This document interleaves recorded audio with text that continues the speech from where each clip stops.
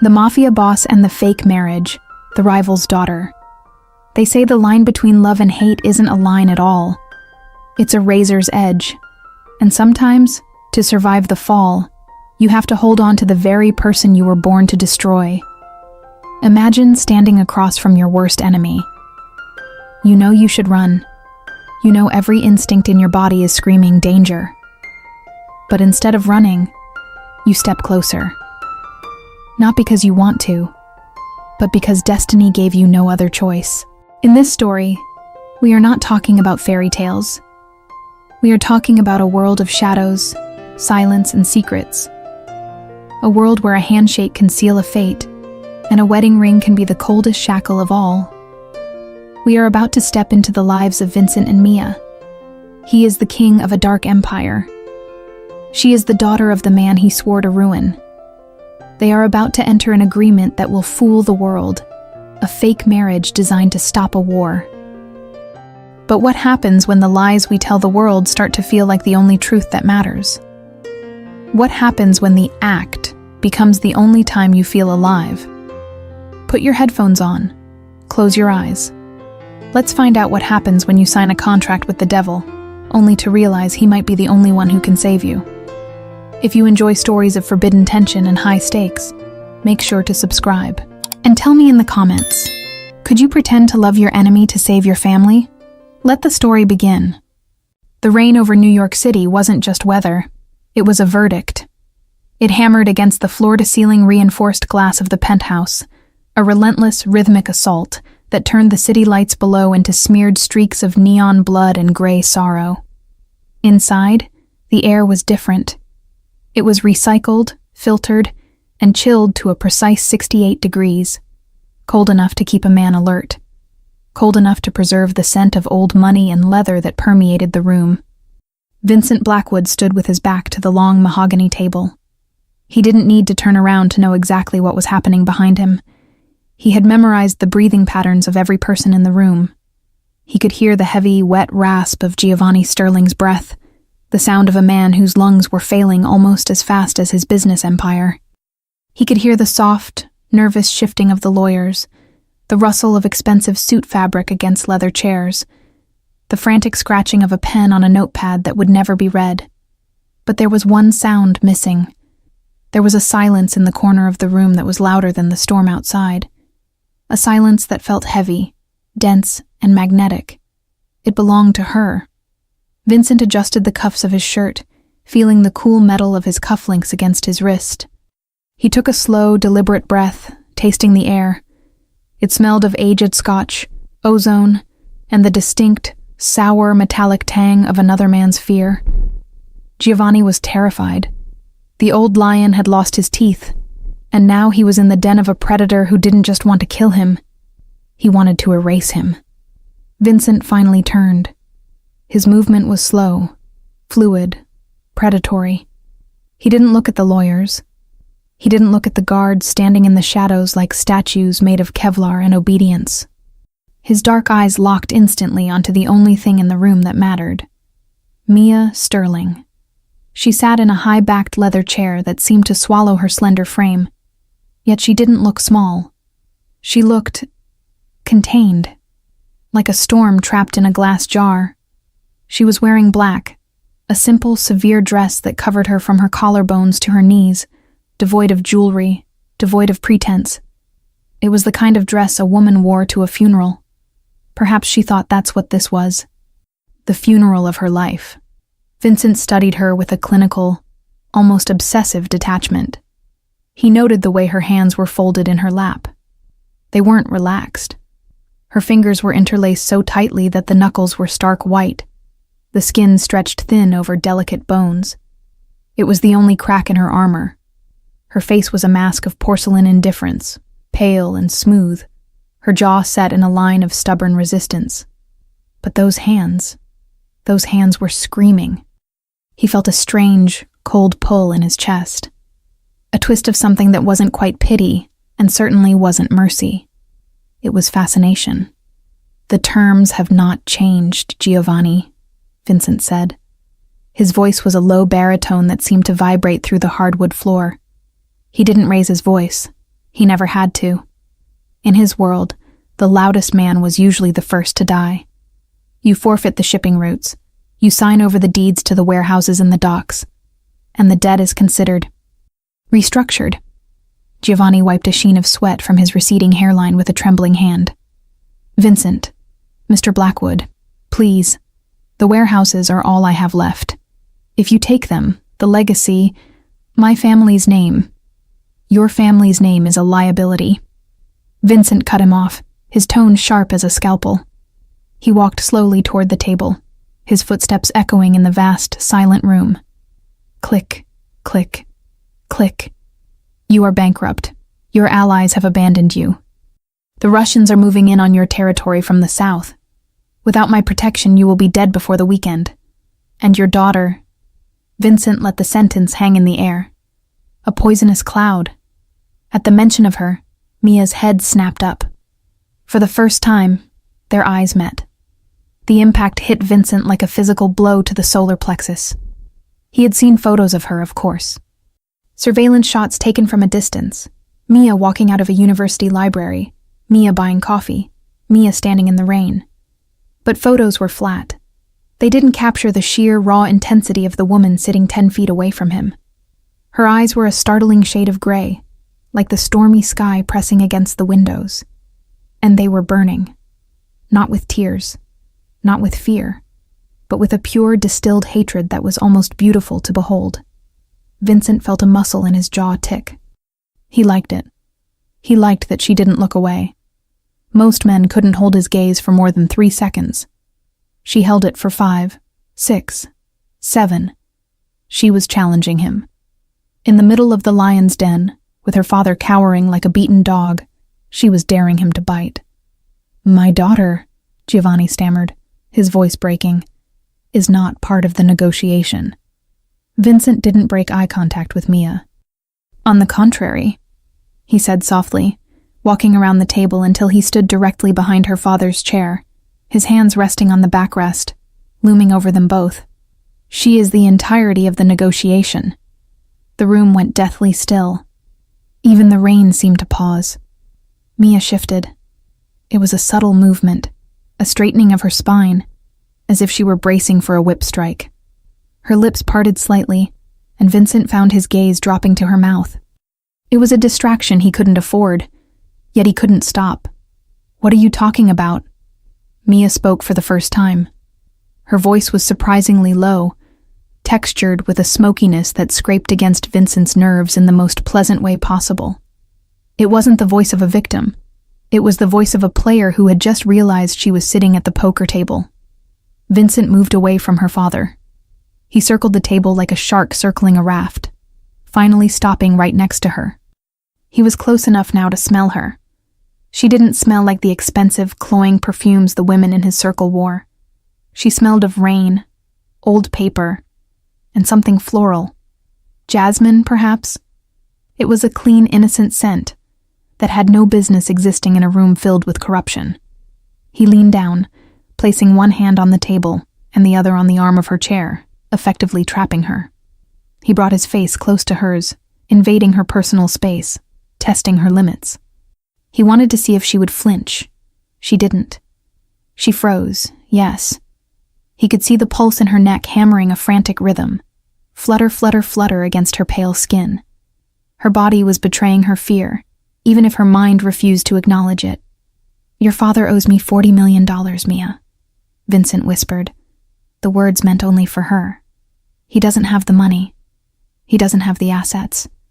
By the laws of our world, I should have buried him in a foundation of cement months ago. Mia's breath hitched. A small, sharp intake of air. She turned her head slightly, her nose almost brushing his cheek. Then why didn't you?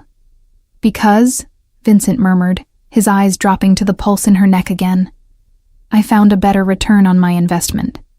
He straightened up abruptly, the loss of proximity leaving a strange cold spot on his side. He looked at the lawyers and nodded. One of the suited men slid a thick document across the polished mahogany surface. It stopped right in front of Mia. The title of the document wasn't a land deed. It wasn't a bank transfer. It was a marriage contract.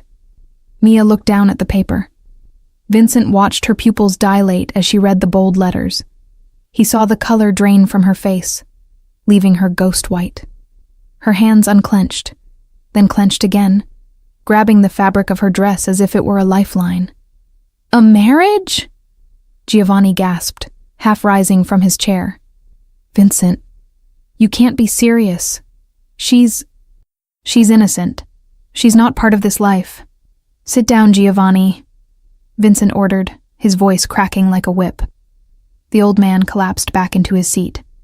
Vincent looked back at Mia. She hadn't looked at her father.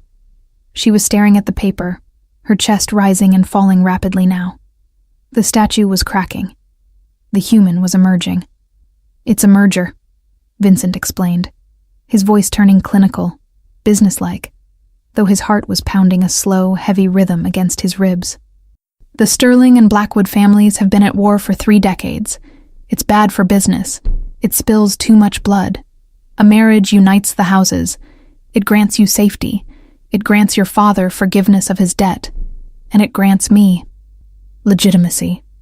Mia looked up at him slowly. The hatred in her eyes had shifted into something else. Disbelief? Horror. "You want to buy me," she stated.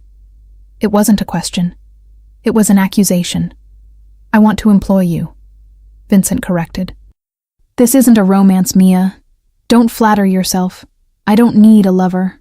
I have plenty. I need a wife, a symbol, someone to stand beside me at galas, to smile at the press, to wear my ring and make the other families believe that we are untouchable." He lied. He lied with the ease of a man who had been lying since he was a child. He told himself it was just business. He told himself he chose her because of her name, her bloodline. But as he looked at her, at the stray wisp of dark hair falling over her forehead, at the fierce intelligence burning in her gray eyes, he knew it was a lie. He didn't just want a symbol. He wanted her. He wanted to own the fire he saw in her eyes. He wanted to cage the storm. "And if I refuse?" Mia asked softly. Vincent didn't smile. He leaned against the edge of the table, crossing his arms over his chest. "Then you walk out that door. You go back to your life. And tomorrow morning, when the Russians come for your father to collect what he owes them, I will simply look the other way." The silence that followed was suffocating.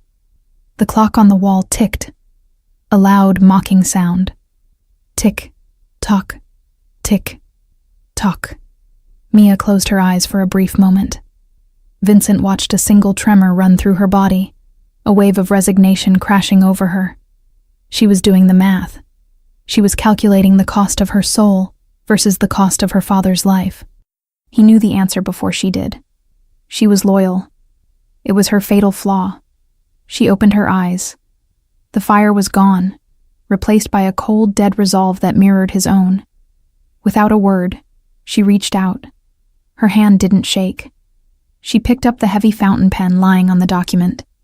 The gold nib glinted under the harsh chandelier lights. She didn't look at her father.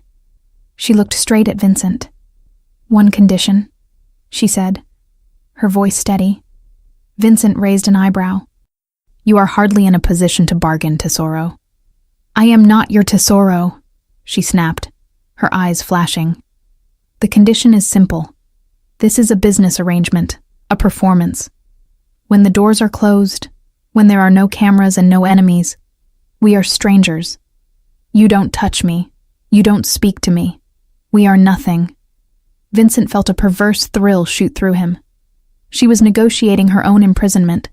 She was building walls inside the cage he had just put her in. He pushed off the table and walked toward her, stopping only when he was close enough to take the pen from her if he wanted to.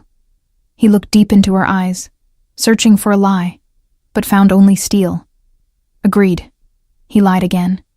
He knew, with absolute certainty, that he would break that promise. Not today. Maybe not tomorrow. But eventually, the walls she was building would come down. He would make sure of it. "Sign," he commanded softly. Mia lowered the pen to the paper. The scratching sound of the nib was loud in the silence. Mia Sterling. The ink was black and permanent. It dried instantly, sealing her fate. She dropped the pen. It rolled across the document, leaving a tiny black smudge, like a bruise. Vincent reached out and picked up the paper. He didn't look at the signature. He looked at her. "Welcome to the family, Mrs. Blackwood," he said. Mia stood up. She was tall, but she still had to look up to meet his eyes. She didn't flinch. She didn't cry. She simply adjusted her bag on her shoulder, turned her back on him, and walked toward the elevator without saying goodbye to her father. Vincent watched her go. He felt a sudden, overwhelming urge to run after her, to grab her arm, to explain. What? That he wasn't the monster she thought he was? Or that he was exactly that monster, and she should run while she still could? He stayed rooted to the spot. The elevator doors slid open. She stepped inside. As the doors began to close, cutting off his view of her, their eyes met one last time through the narrowing gap. And in that split second, Vincent knew his life of order and control was over. The chaos had arrived. And she was beautiful. The sound of the heavy car door slamming shut was final. It echoed in the small enclosed space like the closing of a tomb, instantly cutting off the chaotic symphony of the New York downpour. The silence that followed wasn't peaceful. It was pressurized. It was the kind of silence that precedes a detonation. Mia sat pressed against the cold leather of the passenger door, putting as much physical distance between herself and Vincent as the luxury SUV would allow. But in a space this confined, distance was an illusion. Vincent Blackwood was everywhere.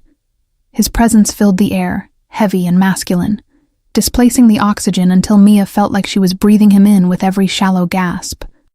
The scent of him, rainwater, expensive tobacco, and the sharp, crisp smell of starched cotton, was overwhelming.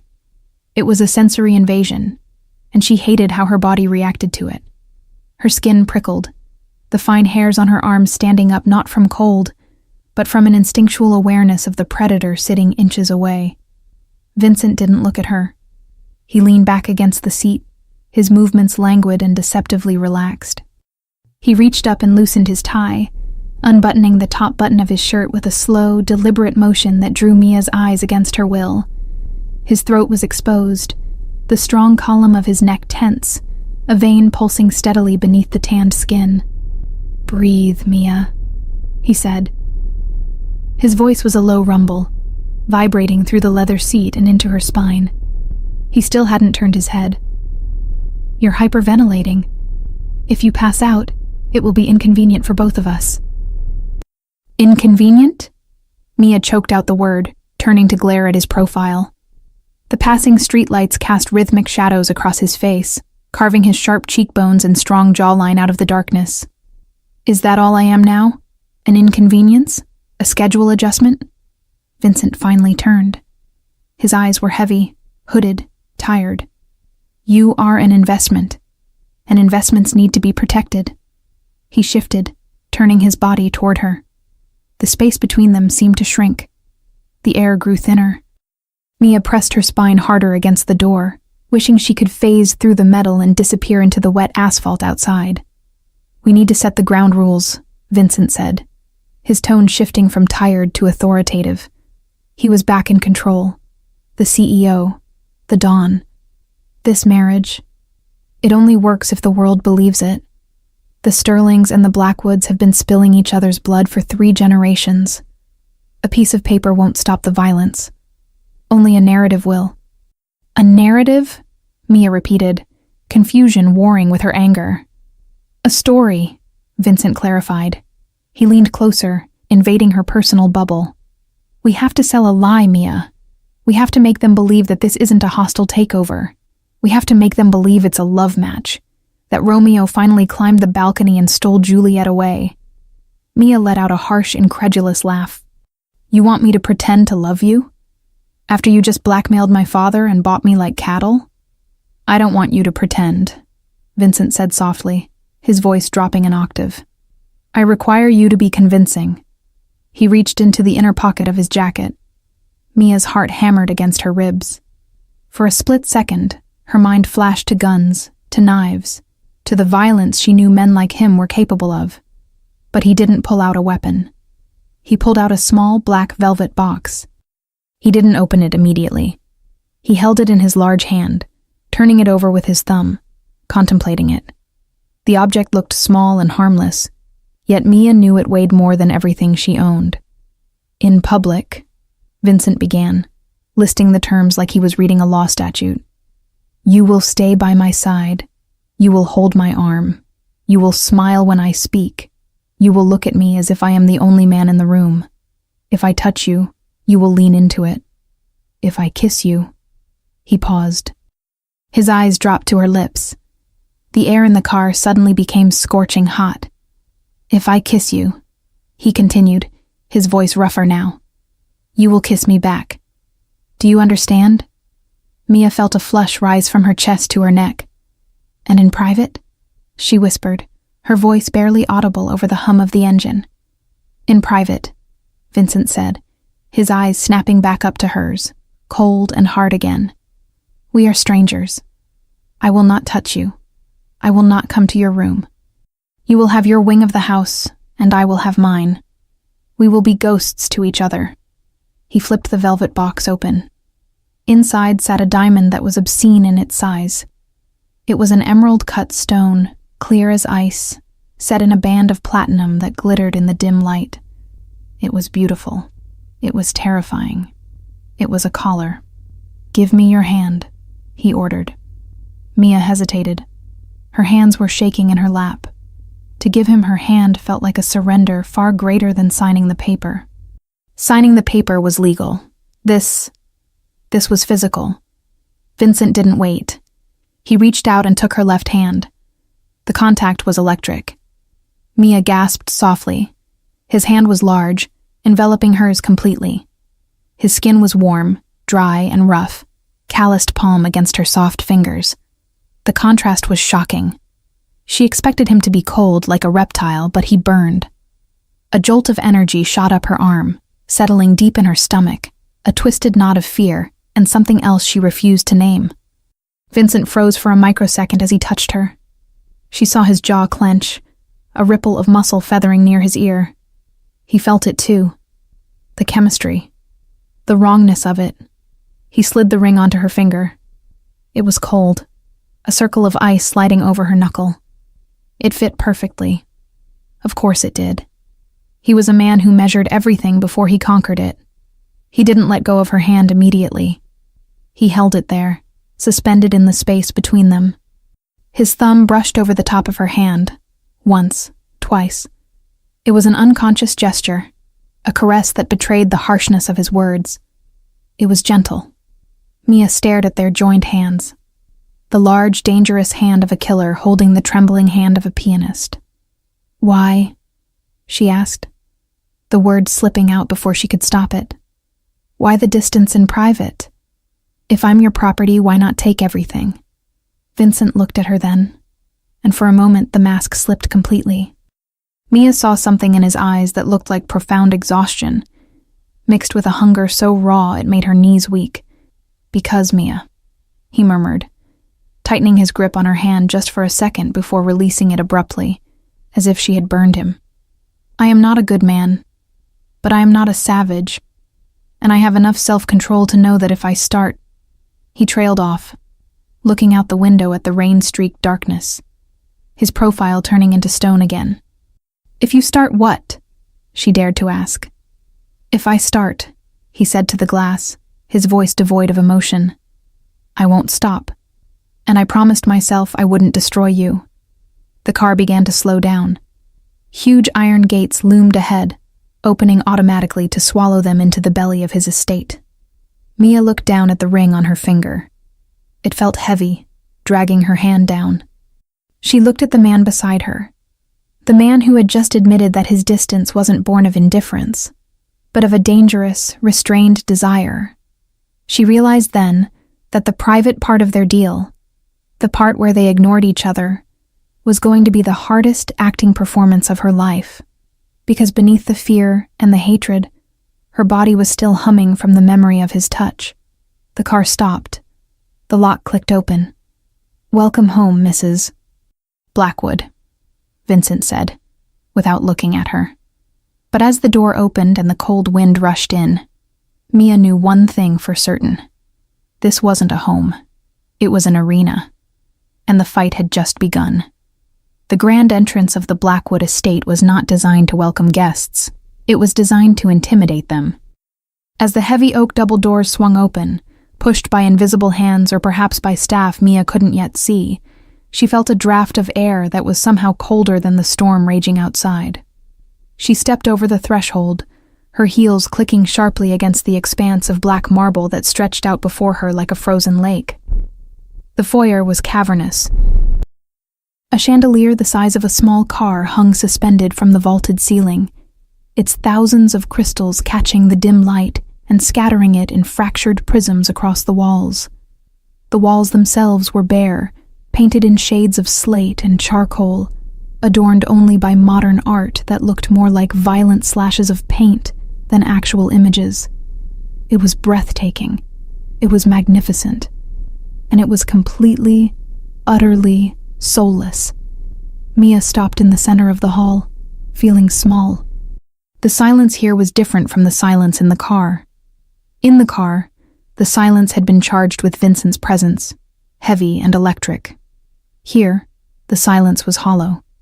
It was the silence of a place where no children laughed, where no music played, and where secrets were buried deep beneath the polished floors. Vincent walked past her, shedding his wet jacket with a fluid motion. He didn't hand it to anyone. He simply draped it over a velvet armchair near the door, a careless gesture that screamed ownership. He owned this space. He owned the air in it. And now, he owned her. "Mrs. Vance," Vincent said, his voice echoing slightly. A shadow detached itself from the hallway to the left. An older woman, perhaps in her 60s, stepped forward. She wore a pristine gray uniform that matched the walls, her hair pulled back in a severe bun. Her face was kind, but her eyes were guarded, the eyes of someone who had learned to see everything and say nothing. "Mr. Blackwood," the woman said, bowing her head slightly. "Welcome home." "This is Mia," Vincent said. He didn't use her last name. He didn't introduce her as his wife. He just said her name, tossing it into the air like a fact. "She will be staying in the East Wing, the master suite." Mrs. Vance's eyes widened imperceptibly.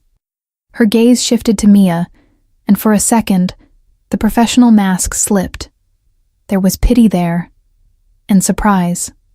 "The master suite, sir, but that room has been closed for—" "That will be all, Mrs. Vance."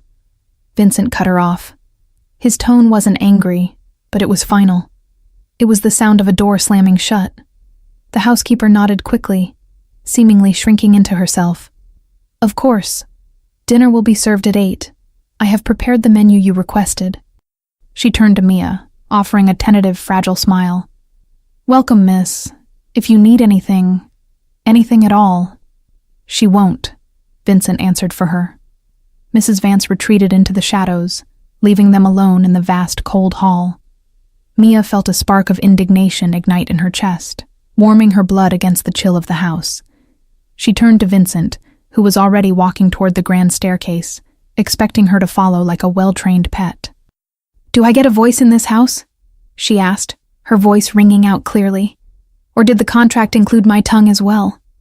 Vincent stopped on the third step. He turned slowly, looking down at her. The elevation gave him an advantage, making him loom even larger than he already was. He looked at her, really looked at her, and Mia saw the exhaustion behind his eyes again. "You have a voice, Mia," he said quietly. "I suggest you save it for when it matters. Arguing with the staff won't change your reality." "I wasn't arguing with her. I was looking for an ally," Mia shot back, taking a step toward the stairs. "Something tells me I'm going to need one." Vincent's lips twitched. It wasn't a smile, but it was close. "There are no allies here, only employees. And me." He extended a hand toward her. It was the same gesture as in the car, an invitation that was actually a command. "Come, I'll show you to your cage." Mia ignored his hand. She gripped the cold iron railing of the staircase and walked up past him, her head held high. She could feel his eyes on her back. burning through the fabric of her dress, tracking her movement. It took every ounce of willpower she possessed not to run. They walked down a long corridor lined with tall windows.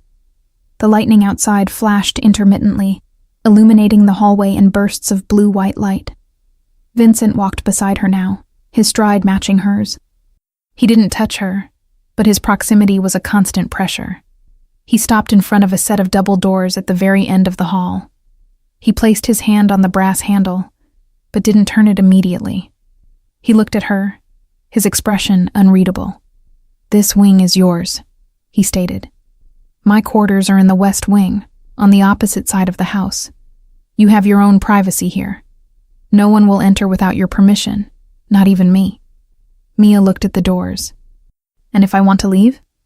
"The grounds are extensive," Vincent replied smoothly, dodging the real question.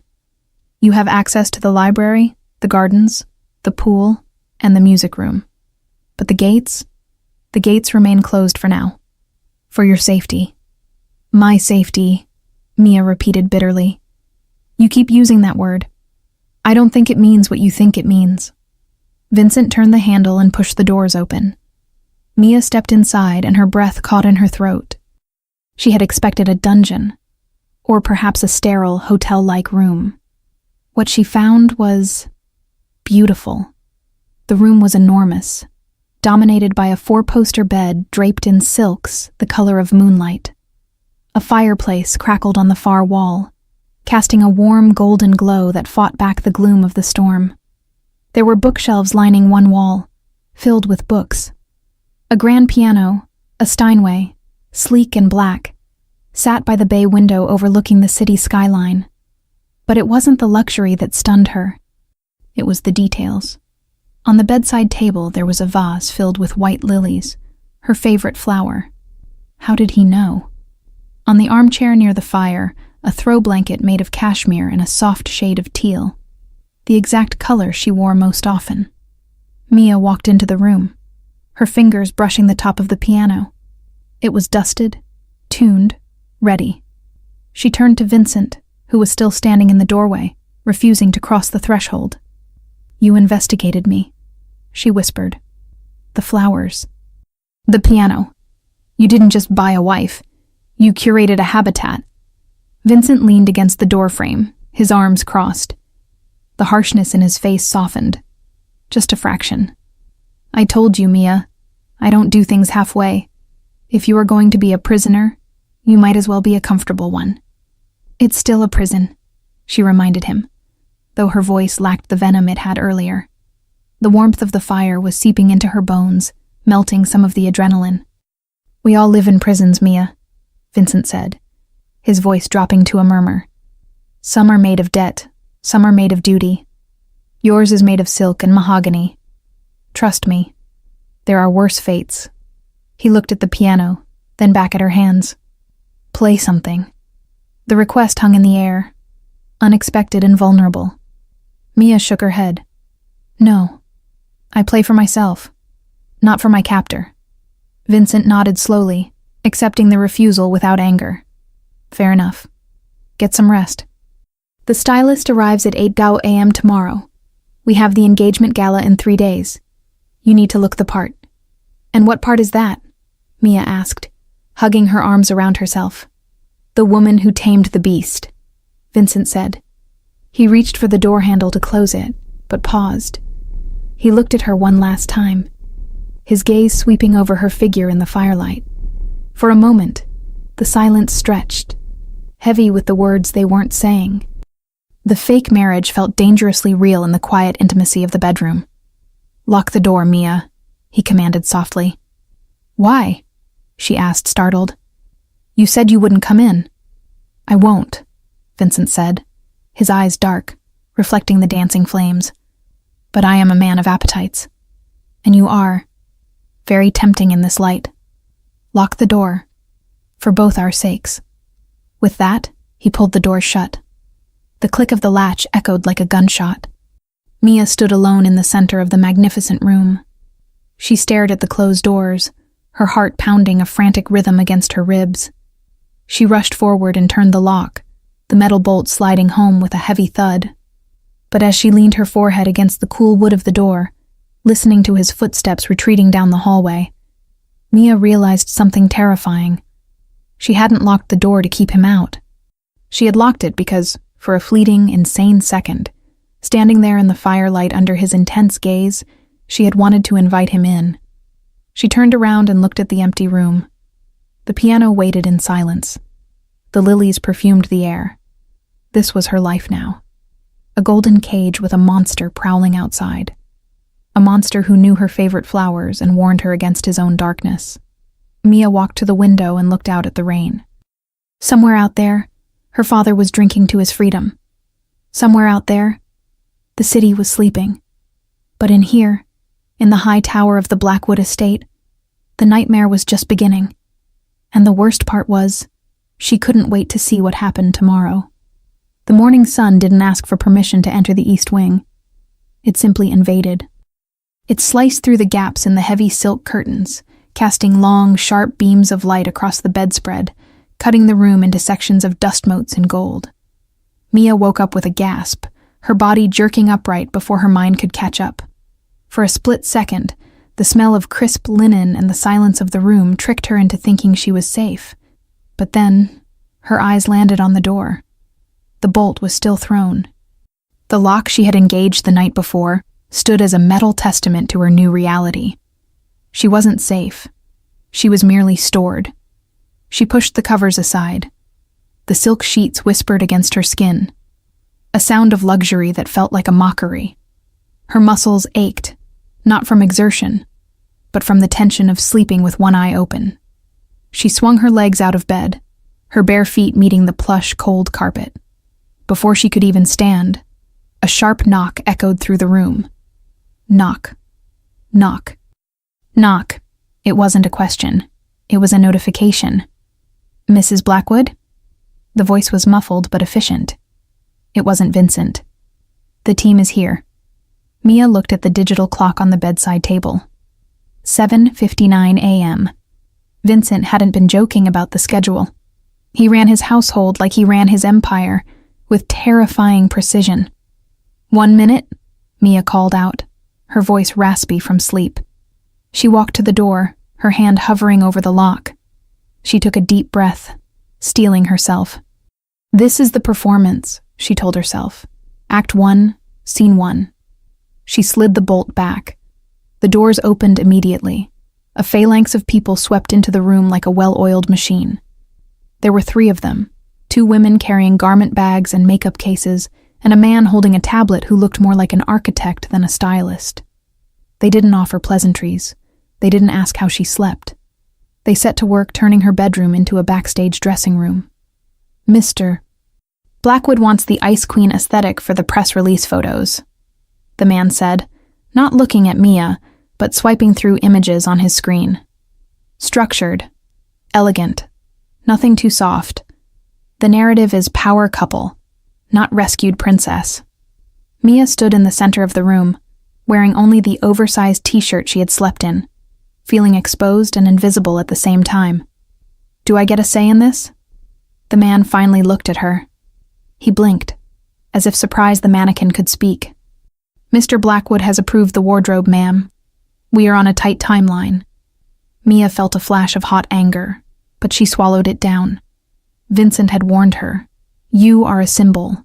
Symbols don't pick their own clothes. For the next 2 hours, Mia was poked, prodded, painted, and polished. The makeup artist contoured her face to sharpen her cheekbones, making her look older, fiercer. The hairstylist pulled her dark waves back into a sleek, severe chignon that exposed the long line of her neck. Then came the dress. It was a sheath of midnight blue wool, tailored to within an inch of its life. It was beautiful, undeniably so. But as Mia stepped into it and felt the zipper slide up her spine, it felt like armor. It restricted her breathing just enough to make her conscious of every inhale. Perfect, the stylist muttered, stepping back. Mia turned to the full-length mirror. The woman staring back at her was a stranger. She looked cold. She looked expensive. She looked like she belonged to Vincent Blackwood. "He is waiting for you in the solarium for breakfast," the man said, checking his watch. "Don't be late." Mia waited until they left before she allowed herself a moment of weakness. She pressed her hand against the mirror, touching the reflection of her own painted lips. "Who are you?" she whispered to the glass. But the glass didn't answer. She straightened her spine, lifted her chin, and walked out of the room. If he wanted an ice queen, she would give him a blizzard. The house in the daylight was even more imposing than it had been at night. The storm had passed, leaving behind a sky of piercing, cloudless blue that made the glass walls of the house gleam. Mia navigated the corridors, following the scent of coffee, dark, rich, and grounding. She found him in the solarium. It was a room made entirely of glass, jutting out over the garden like a crystal box suspended in the air. Sunlight flooded the space, ruthless and bright. Vincent was sitting at a small round table reading a newspaper, an actual, physical newspaper. It seemed like such an archaic habit for a man who probably controlled half the city's digital infrastructure. He looked different. The suit jacket was gone. He was wearing a white dress shirt, the top 2 buttons undone, revealing a hint of tanned skin. His sleeves were rolled up to his elbows, exposing forearms that were corded with muscle and dusted with dark hair. On his left wrist, a platinum watch glinted in the sun. On his left hand, a silver wedding band caught the light. He wore the lie so naturally. Mia stopped in the doorway. She didn't want to admit it, even to herself. But the sight of him, relaxed, bathed in sunlight, drinking coffee, sent a jolt through her system that had nothing to do with fear. It was the shock of seeing the wolf playing human. Vincent didn't look up. He turned a page of the paper, the dry rustle loud in the quiet room. "You're 3 minutes late," he said. His voice was rougher in the morning, deeper. "The construction crew you sent to my room took longer than expected," Mia replied, walking into the room. She chose the chair opposite him and sat down. Vincent lowered the paper slowly. He folded it and placed it on the table. Then he looked at her. His gaze started at her hair, traveled down her neck, lingered on the fitted bodice of the dress, and finally settled on her hands. It was a clinical inspection, detached and critical, or at least he tried to make it look that way. But Mia saw the way his pupils expanded slightly when they met hers. Acceptable, he decided. High praise, Mia said dryly. She reached for the silver pot of coffee and poured herself a cup. Her hand trembled slightly, just a tremor. But he saw it. His eyes narrowed. "The dress is armor, Mia," he said, picking up his own cup. "It's designed to make you feel untouchable. You need to wear it, not let it wear you." "I don't feel untouchable," she admitted, taking a sip of the black coffee. It was bitter, strong. "I feel like an imposter." "Good," Vincent said. "Imposters are careful. Confident people make mistakes." He stood up abruptly. The chair scraped against the stone floor. "Stand up." Mia set her cup down. "Why?" "Because we have a gala in 48 hours, and right now you look at me like I'm going to stab you," Vincent said, walking around the table. "If you look at me like that in front of the press, the stock prices will drop, and I hate losing money." Mia stood up. She felt tiny next to him. He was over 6 feet of towering dominance. He stepped into her space, breaking the strangers in private rule he had established less than 12 hours ago. "The rule," Mia reminded him, her breath hitching. "You said we don't interact in private." "This isn't an interaction," Vincent corrected, stopping inches from her. "This is a rehearsal." He reached out. Mia flinched. It was a reflex, born of a lifetime of hearing stories about the Blackwood men. Vincent froze. His hand hovered in the air near her waist. His eyes darkened. A storm cloud passing over the sun. "I told you," he said, his voice dangerously low. "I don't hurt what is mine." He closed the distance. His large hand settled on the curve of her waist. The heat of his palm seared through the wool of her dress, branding her skin beneath. Mia gasped softly. It wasn't painful. It was heavy, possessive. "Relax," he commanded. "I can't," she whispered. Her heart was hammering against her ribs like a trapped bird. She knew he could feel it against his chest. "You have to," he murmured. He moved his other hand up, his fingers grazing her bare neck.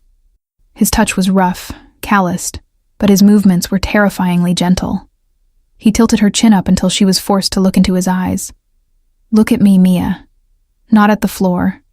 Not at the exit. At me." She locked eyes with him. Up close, his eyes weren't just black. They were a dark, rich brown, flecked with gold, like obsidian under firelight. "When we are out there," Vincent said, his thumb brushing her lower lip, dragging the skin slightly, "you need to make them believe that you are the only one who can calm me down. You are the anchor." "And what are you?" she breathed. The scent of him, coffee and soap, was making her dizzy. "I am the storm," he replied. He leaned in closer. For a terrifying, exhilarating second, Mia thought he was going to kiss her. Her eyelids fluttered. Her body leaned forward, betraying her mind, drawn into his gravity. Vincent paused. His mouth was inches from hers. She could feel the warmth of his breath on her lips. The air between them crackled with static electricity. It was a magnetic pull so strong it threatened to snap the thin thread of their agreement. Then, he pulled back. He stepped away, his hands leaving her body, leaving her cold and swaying slightly on her feet. The mask slammed back into place. His face became stone. "Better," he said, turning his back to her and walking toward the door. "But you're still holding your breath. Work on that." He stopped at the threshold and looked back over his shoulder. "Be ready at 7. We have dinner with the lawyers. And Mia?" She looked at him, her chest heaving, her skin still burning where he had touched her. "Wear the ring," he said. "You forgot it on the nightstand." He walked out, leaving her alone in the sun-drenched room. Mia looked down at her left hand. It was bare. She hadn't forgotten the ring. She had left it off on purpose, a small, silent rebellion. But as she stood there, touching her own lips where his thumb had been, she realized her rebellion was pointless. Ring or no ring, he had already left his mark. The rehearsal was over, but the confusion, the terrible, confusing heat blooming in her stomach, was just beginning. The diamond on Mia's finger felt heavier than lead. As the limousine glided through the rain-slicked streets of Manhattan, she found herself twisting the platinum band around her finger, a nervous tic she couldn't seem to suppress. The metal was cool against her skin, a constant, chilling reminder of the contract she had signed. Beside her, Vincent was a study in controlled power. Tonight, the open collar was gone. He was encased in a 3-piece suit of charcoal gray, the tailoring so precise it looked like a second skin. He was looking at his phone, the blue light illuminating the sharp angles of his face, making him look less like a man and more like a machine processing data. "Stop fidgeting," he said, without looking up from the screen. Mia froze, her hand dropping to her lap. "I'm not fidgeting. I'm adjusting to the weight of my shackles." Vincent locked his phone and slid it into his pocket. He turned to her, and the air in the car shifted. Tonight, the tension wasn't just physical. It was performative. They were about to step onto a stage. "Tonight is the first test, Mia," he said, his voice low and serious. "The men we are meeting, my legal counsel and the board advisors, they are sharks. They smell blood in the water. If they sense weakness, if they sense that this marriage is a sham, they will tear the merger apart before the ink is dry." "So I smile and nod," Mia said bitterly, "like a good little trophy." "No," Vincent corrected sharply. He reached out, taking her chin in his fingers, forcing her to look at him. The touch was firm, authoritative. "If you just smile, they will eat you alive. You are a sterling. You are the daughter of their enemy.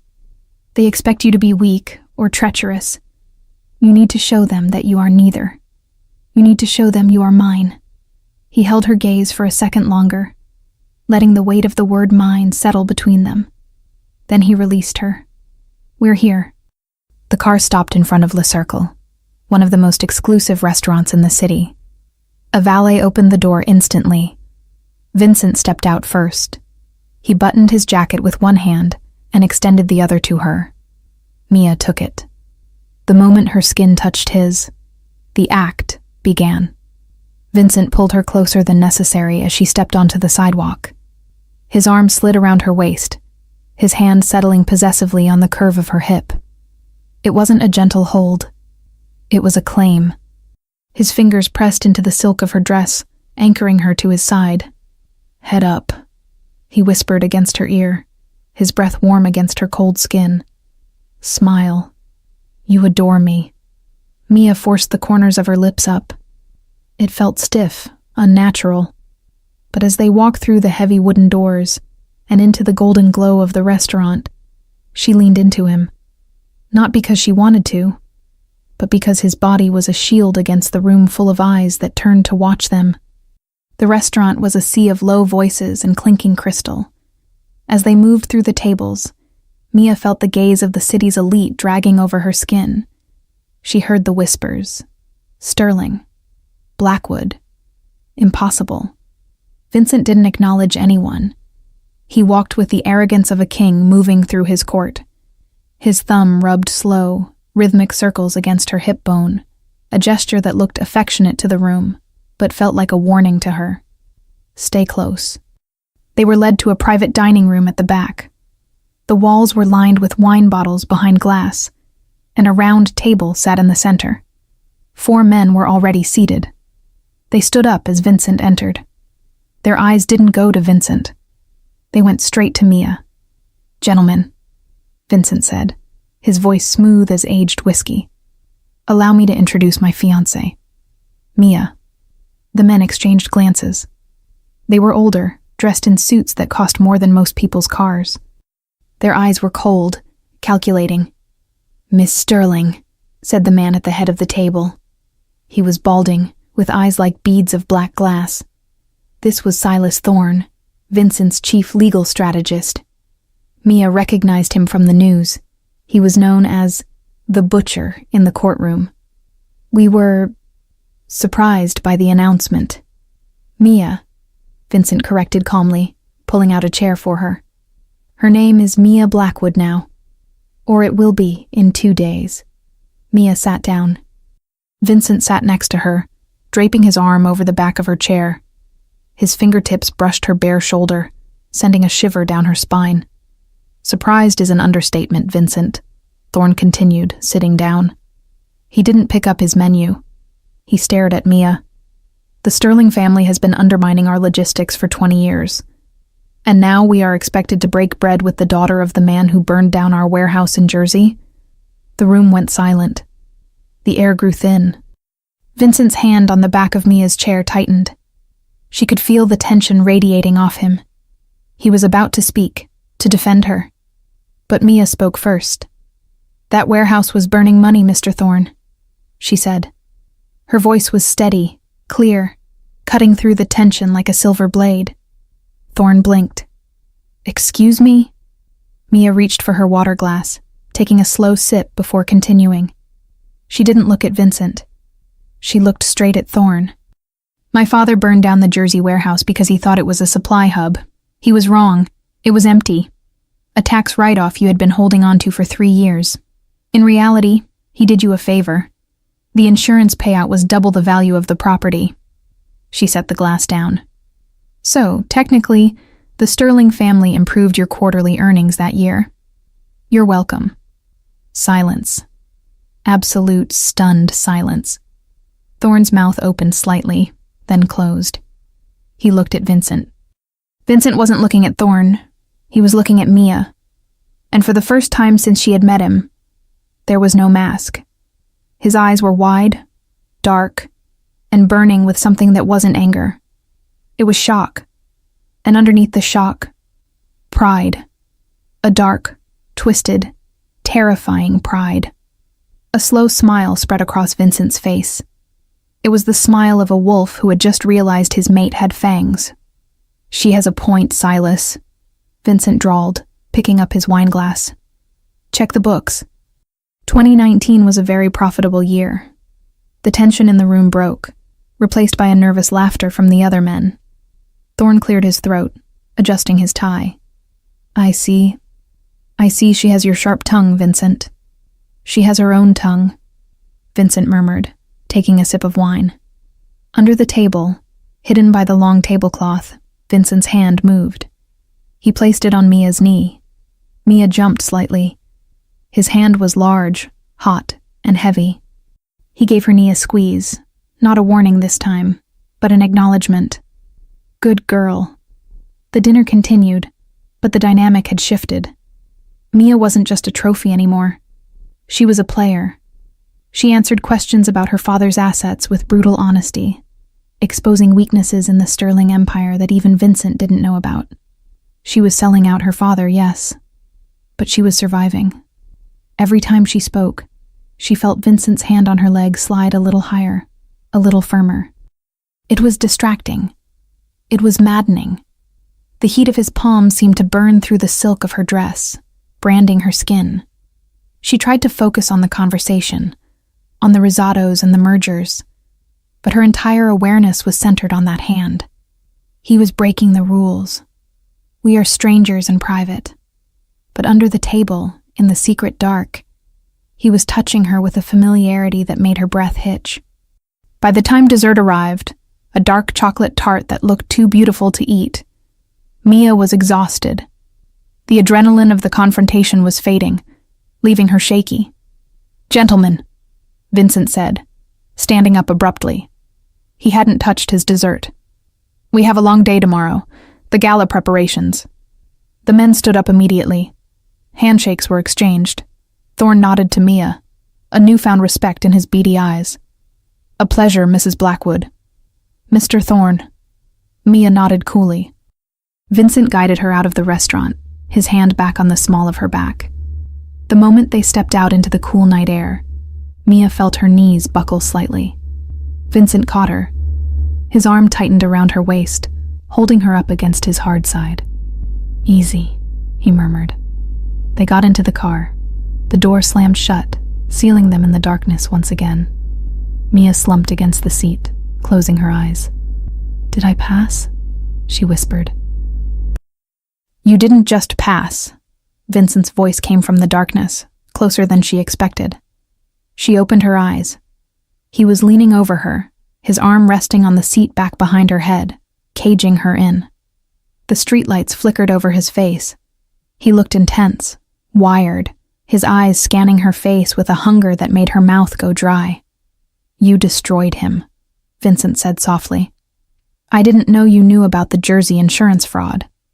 I did the books for my father, Mia admitted. He never read them. He just signed them. I ran the numbers. Vincent stared at her. His gaze dropped to her mouth, then back to her eyes. The air in the car was suddenly so thick she could taste it. The camaraderie of the dinner was gone, replaced by that dangerous, silent obsession. You are dangerous, Mia, he whispered. He raised his hand and tucked a loose strand of hair behind her ear. His fingers lingered on her jawline. I thought I brought a lamb into my house. But you're a wolf in silk. Is that a problem? Mia breathed, unable to look away. No, Vincent said, his thumb tracing her lower lip. His voice was a ragged whisper. It's a complication, because I find it incredibly arousing. Mia stopped breathing. Vincent froze, as if realizing what he had just said. He pulled his hand back slowly, the conflict warring in his eyes. The fake marriage was cracking. The reality was bleeding through. He sat back in his seat, adjusting his jacket, putting distance between them again. But the air remained charged, electric. We have the gala tomorrow, he said, his voice flat, professional again. Get some sleep. You'll need it. Mia turned to the window, watching the city blur by. Her heart was pounding so hard it hurt. She touched her knee where his hand had rested all dinner. The ghost of his touch was still there. She realized then that the danger wasn't the lawyers. It wasn't the rival families. The danger was sitting right next to her. And the terrifying part wasn't that he found her dangerous. It was that, For a split second, when he looked at her with that dark pride, she had liked it. The grand ballroom of the Plaza Hotel didn't look like a room. It looked like the inside of a jewelry box. Gold leaf dripped from the ceiling. Massive crystal chandeliers cast a kaleidoscope of light across the parquet floor, and the air smelled of thousands of fresh white roses, expensive champagne, and old money. But as Mia stood at the top of the velvet-carpeted staircase, her arm looped through Vincent's, she didn't smell roses. She smelled the metallic tang of adrenaline. Below them, a sea of faces turned upward. 500 of the city's most powerful, dangerous, and corrupt individuals stopped their conversations. The silence rippled through the room like a wave, starting at the entrance and crashing against the far walls. "Breathe," Vincent whispered. His voice was barely a breath against her ear, invisible to the crowd but thunderous to her. "Remember the narrative. You are the queen. They are just subjects." "I feel like a sacrifice walking into a volcano," Mia whispered back, keeping her smile fixed and radiant. "Good," Vincent murmured, his hand covering hers on his forearm, giving it a reassuring, or possessive, squeeze. "The volcano accepts offerings. It destroys hesitation." He took the first step. Mia moved with him. They descended the stairs in perfect unison. Every step was a calculated performance. Vincent wore a tuxedo that fit him with lethal precision, the black fabric absorbing the light, making him look like a shadow cut from the night. Mia's midnight blue dress shimmered with every movement, the slit in the skirt revealing flashes of leg that drew hungry eyes from every corner of the room. But Vincent's presence was a physical barrier. His body language screamed a silent warning. "Look, but do not touch." As they reached the floor, the crowd parted. It was biblical. Men who killed for a living stepped aside, bowing their heads slightly in respect or fear of the Blackwood Dawn. "Vincent," a voice boomed. A heavy-set man with a cigar in his hand stepped forward. It was Sal Marconi, the head of the construction unions. "And the lovely bride. We thought it was a rumor." "Sal?" Vincent nodded coolly. He didn't stop moving. He pulled Mia closer, his hand sliding from her arm to the small of her back, his fingers splaying wide against the silk. The heat of his palm was a brand. "Rumors are for children. We prefer headlines." They moved through the gauntlet of handshakes and hollow congratulations. Mia played her part flawlessly. She smiled. She laughed softly at jokes that weren't funny. She accepted the kisses on her hand from men who had probably ordered hits on her father's associates. But through it all, her only anchor was Vincent. He was a constant, solid presence at her side. Whenever a man lingered too long on her, Vincent would shift his weight, a subtle movement that blocked their view. Whenever her hand trembled on a champagne flute, his hand would brush against her elbow, steadying her. It was confusing. He was her captor, her enemy. But in this shark tank, he was the only thing keeping her from being eaten. Suddenly, the lights dimmed. The chatter died down. A single spotlight hit the center of the dance floor. The orchestra, perched on a balcony above, raised their bows. "The first dance," the master of ceremonies announced. "Mr. and Mrs. Blackwood." Mia's stomach dropped. "We didn't rehearse this," she hissed under her breath as Vincent guided her toward the light. "We didn't need to," Vincent replied, turning her to face him. "Do you trust me?" Mia looked up at him. The spotlight caught the gold flecks in his dark eyes. "No," Vincent smirked. It was a genuine, devilish expression that made her heart skip a beat. "Smart girl. Follow my lead anyway." He stepped into her space. He took her right hand in his left, interlacing their fingers. His other hand settled firmly on her waist, pulling her flush against his body. The contact was shocking. In the car, there had been leather seats between them. At dinner, a table. Here, there was nothing. Her chest brushed against his tuxedo jacket. Her thighs grazed his as they moved. She could feel the heat radiating off him, a furnace beneath the cool exterior. The music started. A slow, haunting waltz. Vincent moved, and Mia had no choice but to move with him. He led with an effortless grace that contradicted his size. He was strong, guiding her with subtle pressures of his hand on her spine, steering her through the turns. "Eyes on me," he commanded softly. Mia looked up. The room was spinning around them, a blur of gold and black. But Vincent was steady. "They are watching," he whispered. "Give them a show." "Is this close enough for the show?" she asked breathlessly as he spun her, pulling her back so hard she collided with his chest. "Closer," he murmured. He lowered his head. To the crowd, it looked like a moment of romantic intimacy. To Mia, it felt like being devoured. "Your father is here," Vincent said against her temple. Mia stiffened in his arms. She missed a step, stumbling slightly. Vincent caught her instantly. He turned the stumble into a dip, lowering her smoothly toward the floor. The crowd gasped in appreciation, thinking it was a flourish. "Don't break character," Vincent warned, hoisting her back up. His grip on her waist tightened, almost to the point of pain. "He is by the bar, watching us. Does he look—" Mia couldn't finish the sentence. "Does he look sorry? Does he look relieved?" "He looks like a man who just realized he sold a diamond for the price of coal," Vincent answered. He spun her again, shielding her from her father's view with his own body. "Ignore him. You belong to me tonight. You belong to me." The words echoed in Mia's mind, competing with the violins. It should have terrified her, but as they glided across the floor, isolated in the pool of light, she felt a strange, twisted sense of safety. Vincent wasn't just using her as a prop. He was shielding her. He was placing his body between her and the man who had betrayed her. "Why are you doing this?"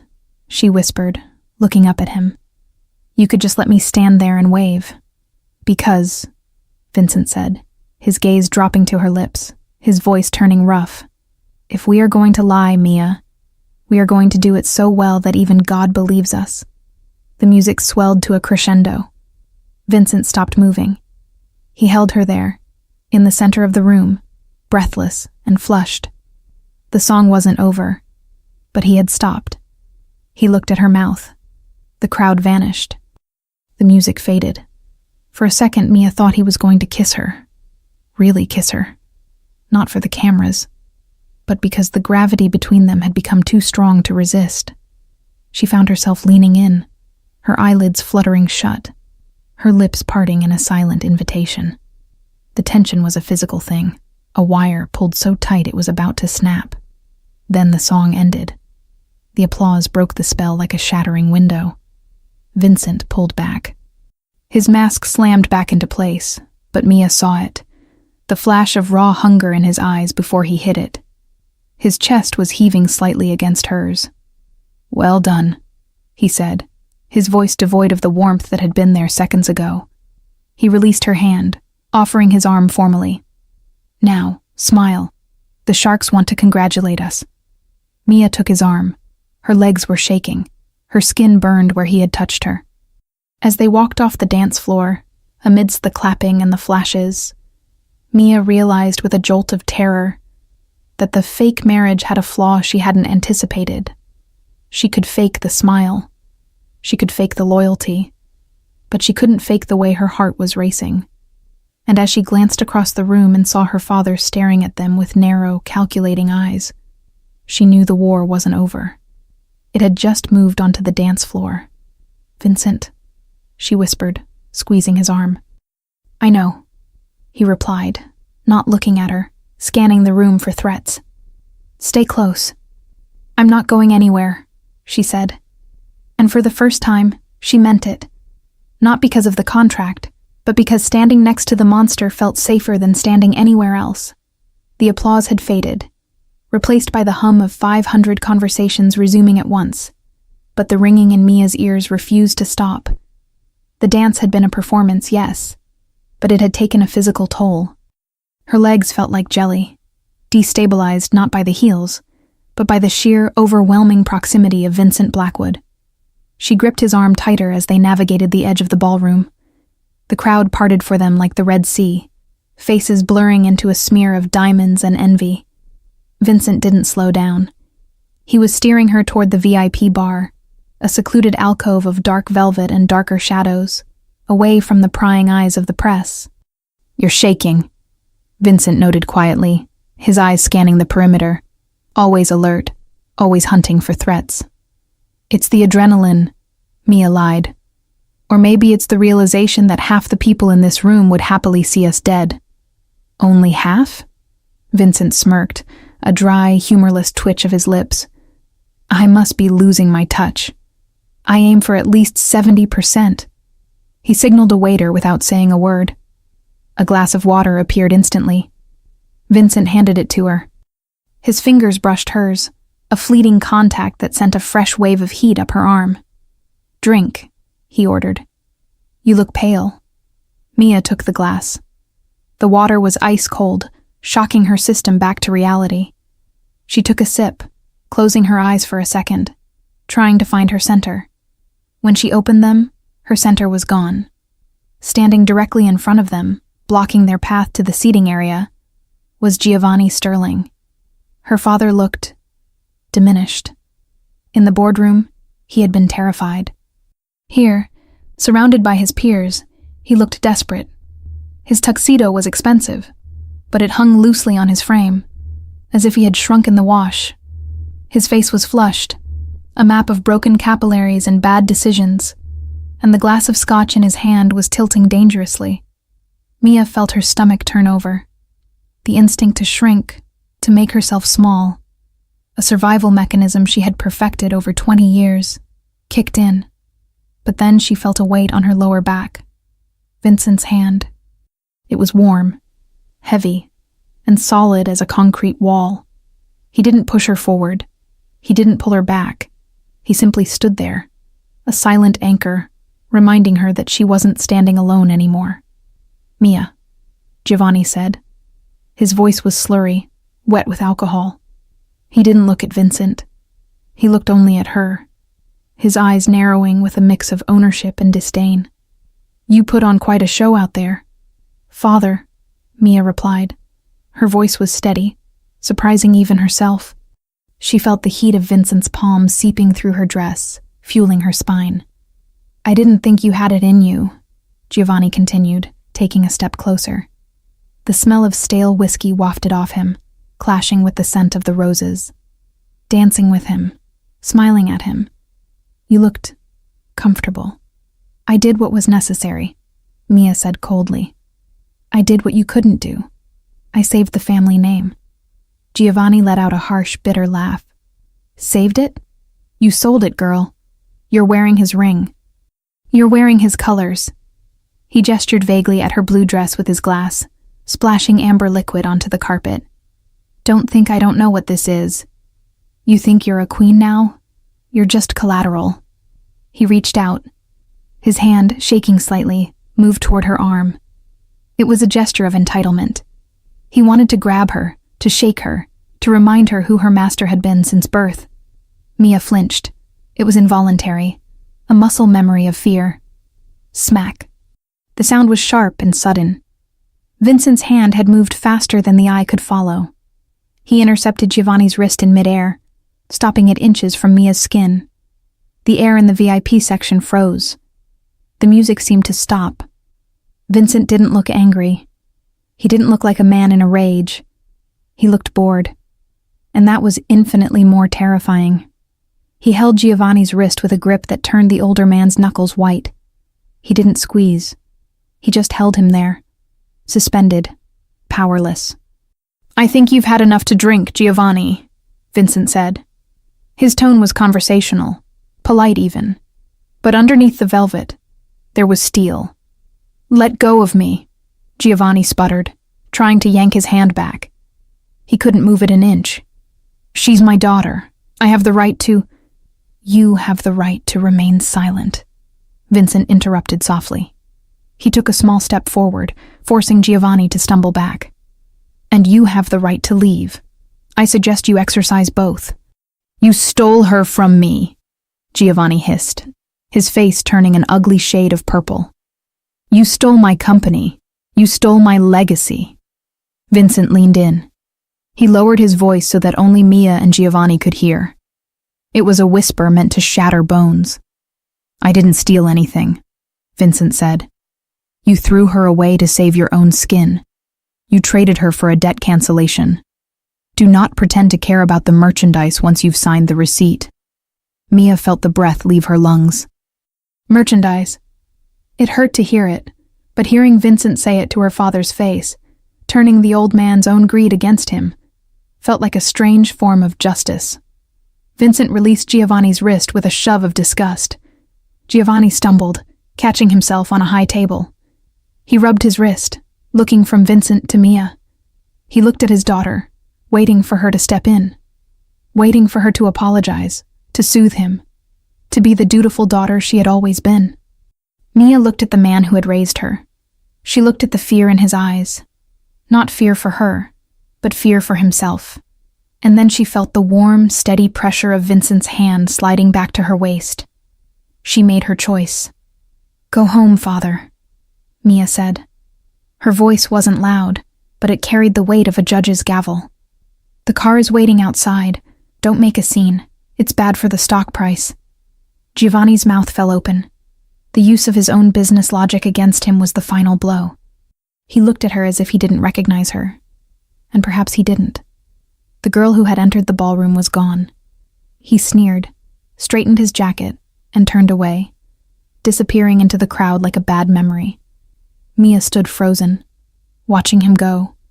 She felt a trembling start in her hands, vibrating up to her shoulders. It wasn't fear this time. It was the crash, the emotional fallout of cutting the cord. "Breathe," Vincent commanded. He didn't wait for her to obey.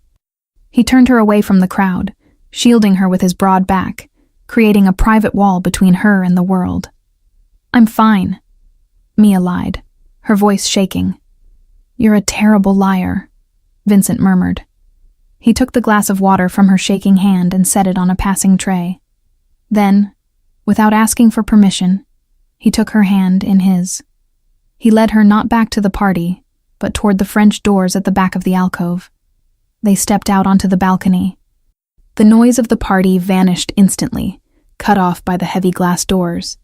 The night air was crisp, cold, and smelled of rain and exhaust fumes, the scent of the city. Mia walked to the stone railing and gripped it, staring out at the skyline. She took huge gulps of air, trying to stop the spinning in her head. She heard Vincent's footsteps approach. He didn't stand next to her. He stood behind her, close. So close she could feel his body heat radiating against her back, blocking the wind. "He can't hurt you anymore," Vincent said. His voice was low, stripped of the mockery he used with others. "He is the past. You signed the contract. You belong to the future now." Mia turned around slowly. She was trapped between the cold stone railing and the wall of warmth that was Vincent Blackwood. She looked up at him.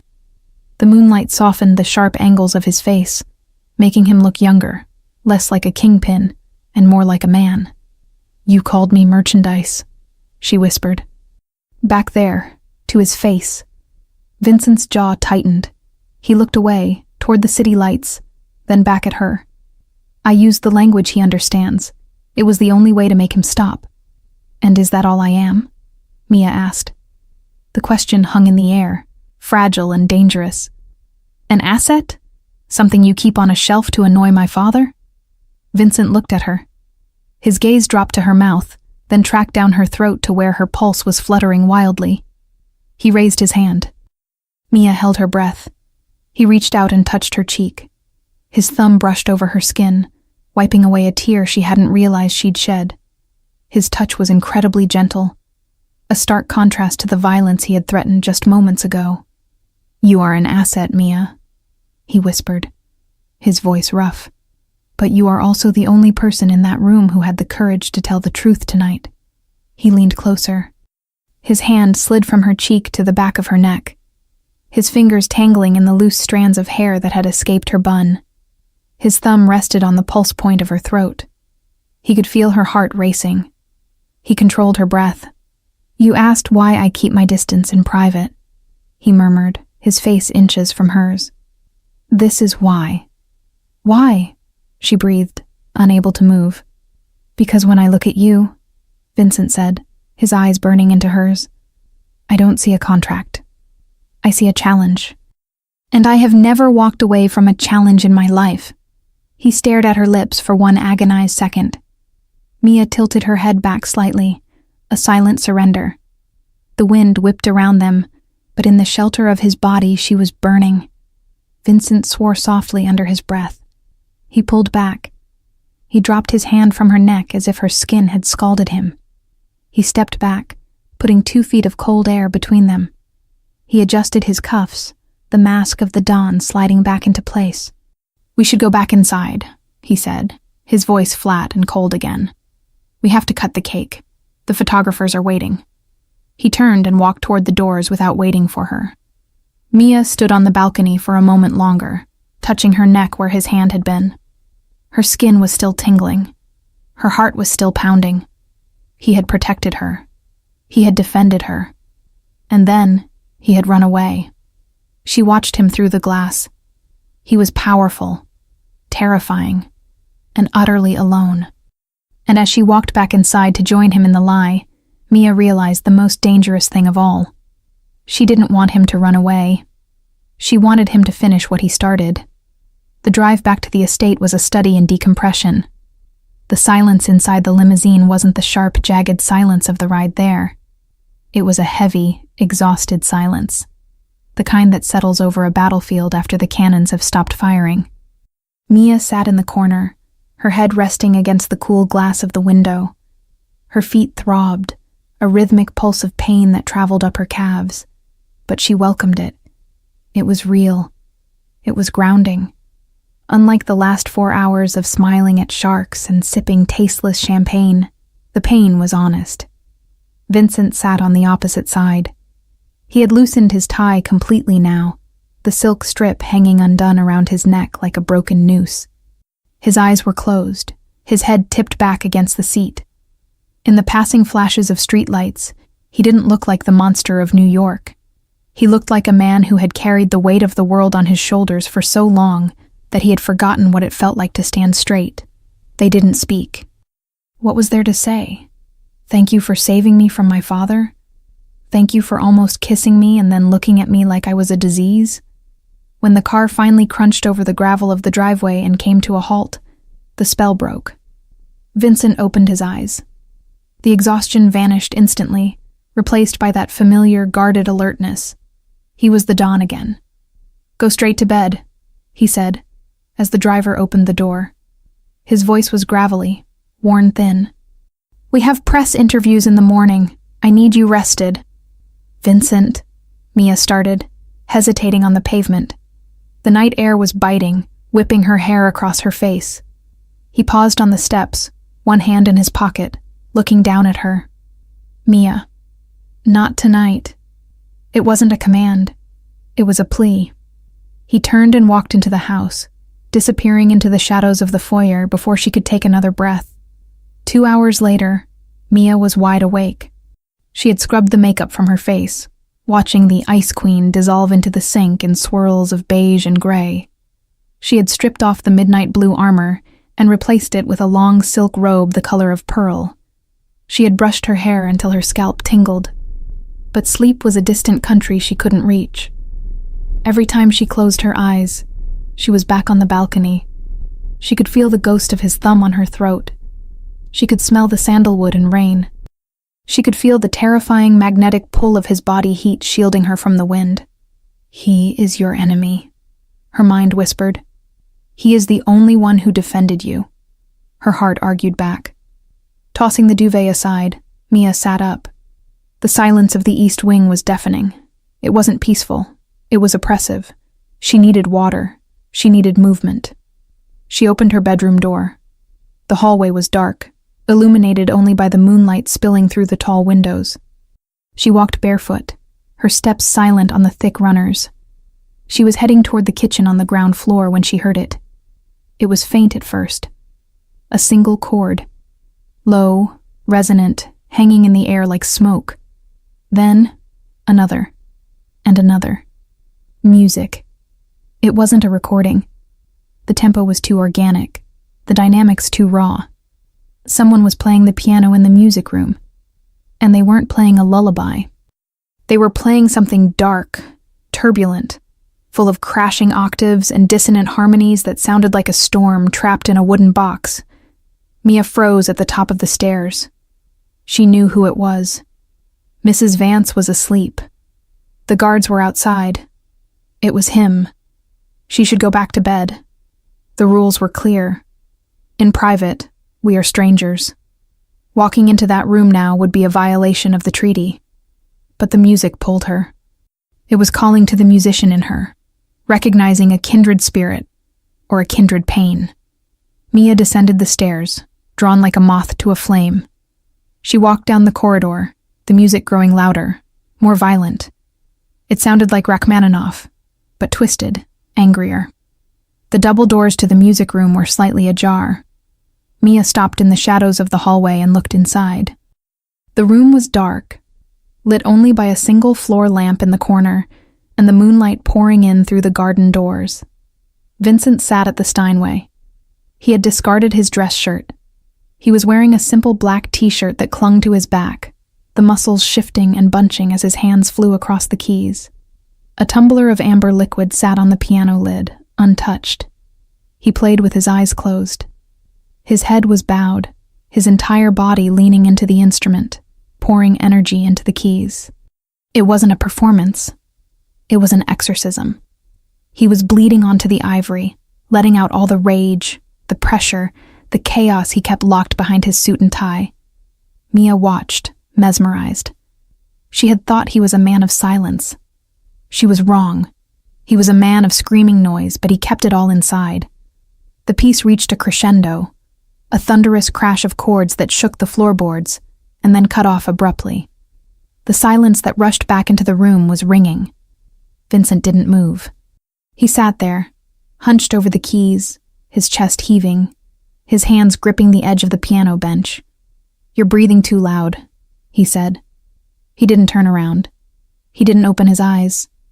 His voice was low, devoid of surprise. Mia stepped out of the shadows. "I didn't know you played." "I don't," Vincent said, reaching for the whiskey glass. He took a long swallow. "I destroy." He turned on the bench to face her. In the dim light, he looked dangerous. The elegant businessman was gone. This was the brawler. His hair was messy, falling over his forehead. His arms were bare, revealing a scar that ran from his left elbow to his wrist, a jagged white line of violence. "What do you want, Mia?" he asked. "It's 3:08 a.m. "I couldn't sleep," she admitted, hugging her arms around herself. The silk robe felt too thin under his gaze. "Guilty conscience?" he mocked softly. "No," she said, stepping into the room. "Adrenaline. And confusion." Vincent let out a short, dry laugh. "Confusion is good. It keeps you alert." He swirled the liquid in his glass. "Go back to bed. You don't want to be here right now." "Why?" "Because I've had 3 of these." He gestured with the glass. "And my filter is currently malfunctioning." "Maybe I don't want the filter," Mia said. It was a bold thing to say, a stupid thing. But the music had emboldened her. "Maybe I want to know who I actually married." Vincent stood up. The movement was sudden, unbalancing the air in the room. He walked toward her, not stopping until he was standing in her personal space again. He smelled of whiskey and the dying embers of the fireplace. "You married a contract, Mia," he whispered, looking down at her. "You married a signature." "I married a man who stopped my father from hitting me," she countered, looking up into his eyes. "A contract doesn't catch a hand in midair." Vincent looked away, his jaw working. That was instinct. Property damage control. "Liar," she whispered. His head snapped back to her. His eyes blazed. "Be careful, Tesoro. You are poking a bear in the dark." "Why did you really choose me?" she asked, the question that had been burning a hole in her chest since the beginning. "There are a dozen other families, a dozen other mergers. Why the Sterlings? Why me? Vincent stared at her for a long time. The silence stretched, heavy and thick. He looked at her bare face, her loose hair, her lips. He looked like he was fighting a war inside his own skull. Because, he said, his voice raspy, I saw you. You saw me. 3 years ago, Vincent said, looking past her into the past. At the symphony hall. You were playing the solo, Liszt. Mia's breath caught. You were there? I was in the back, meeting a contact. Vincent's gaze returned to her face, softer now, vulnerable in a way that frightened her. I watched you play. You looked free. You looked like you were the only person in the room who wasn't lying. Everyone else was wearing masks. You were just raw. He took a step closer. He raised his hand, his fingers hovering inches from her arm, trembling slightly. I told myself then, he whispered, that if I ever had the chance to own something that pure, I wouldn't let anyone else ruin it. Mia felt her heart stop, then restart in a frantic rhythm. So you ruined it yourself? I'm trying not to, Vincent said, his voice cracking. I'm trying very hard not to. He dropped his hand. He stepped around her, moving toward the door, putting distance between them like he always did when the truth got too close. Go to sleep, Mia, he said, his back to her. Before I forget the rules. Vincent, she called out. He stopped in the doorway but didn't turn. You didn't destroy the music, she said softly. It was beautiful. He stood there for a second, his shoulders tense. Then, without a word, he walked out into the dark hallway, leaving her alone with the piano and the scent of his whiskey. Mia walked to the piano bench. She sat down where he had been sitting. The leather was still warm from his body. She placed her fingers on the keys, ghostly silent, not pressing down. She realized then that the cage wasn't locked. The door was open. But she wasn't leaving. Because for the first time in her life, someone had really seen her. And the man who saw her was the one man she was supposed to hate. She pressed down on a single key, a high C. It rang out in the empty room, a clear, lonely note that signaled the end of the night and the beginning of something much more dangerous. Love. 3 days had passed since the night at the piano. 3 days of a silence that was no longer empty, but heavy with things unsaid. Vincent had become a ghost in his own house. He left before Mia woke up, the roar of his engine fading down the driveway at dawn, and returned long after she had locked her bedroom door at night. He was avoiding her. It was a strategic retreat, the maneuver of a general who realized he had exposed his flank on the battlefield. Mia spent the days wandering the marble corridors of the estate, feeling less like a wife and more like a haunting. She practiced the piano but played softly, afraid to summon him again. She read books she didn't absorb. She watched the rain wash over the garden, wondering where he was and what business kept him away, until the hours when honest men were asleep. It was Tuesday, just past midnight, when the illusion of safety shattered. Mia was in the library, curled up on a leather armchair, with a book she had been staring at for an hour without turning the page. The storm outside was relentless, a violent echo of the night she arrived. Then, she heard it. The front door didn't open. It crashed against the wall. Voices erupted in the foyer, urgent, low, panicked. The heavy tread of boots on marble, the frantic whisper of Mrs. Vance. Mia dropped the book. Her heart leaped into her throat. She ran to the library door and pulled it open. The scene in the foyer was a chaotic blur of shadows and wet clothes. 2 of Vincent's security guards were supporting a figure between them. Vincent. He was conscious, but barely. His head hung low, his dark hair plastered to his forehead with rain and sweat. His pristine white dress shirt was ruined, soaked through on the left side with a stain that was spreading fast. A dark, terrifying crimson that looked black in the dim light. Get the doctor, one of the guards barked at Mrs. Vance, who was wringing her hands, pale as a sheet. No, Vincent rasped.